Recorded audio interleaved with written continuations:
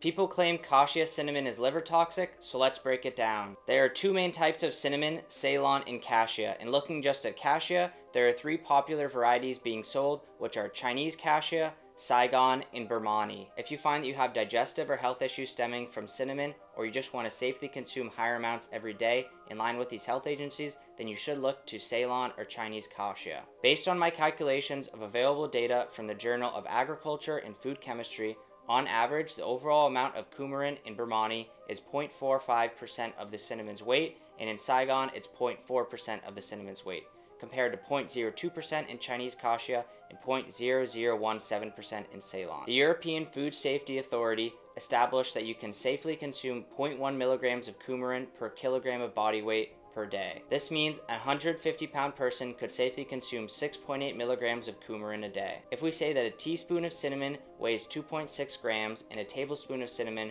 weighs 7.8 grams, then a 150-pound person could only consume the following amounts of cinnamon per day to be within the health agency's guidelines: a little more than half a teaspoon of Saigon, 3/4 of a teaspoon of burmanni, close to 4.5 tablespoons of Chinese cassia, and 57 tablespoons of Ceylon per day. Saigon and burmanni contain over 200 times the amount of coumarin as in Ceylon and over 20 times the amount of coumarin as in Chinese cassia. This does not mean that everybody needs to avoid Saigon and burmanni, but it does mean they should be consumed in much smaller amounts according to health agencies. I want to point out that much of coumarin's toxicity concern in humans is based on studies done in rats and mice, which metabolize coumarin differently and break it down into OHPA and OHPAA, which are liver toxic. Humans, on the other hand, rely on the CYP2A6 enzyme to largely metabolize coumarin into 7-HC, which is not toxic to humans. It seems that health agencies have ignored this and concluded that large doses of coumarin can still be a risk to the liver. However, long-term clinical studies gave sick patients doses of coumarin ranging from 50 to 400 milligrams, and only a small portion experienced any impact on their liver function.